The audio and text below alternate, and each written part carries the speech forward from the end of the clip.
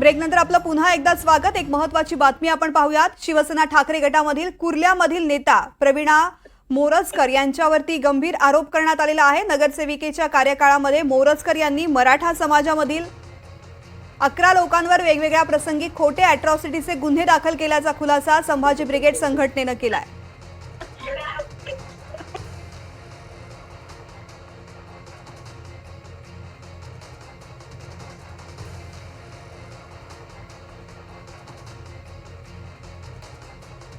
भूमिका बजावत आहे सध्या।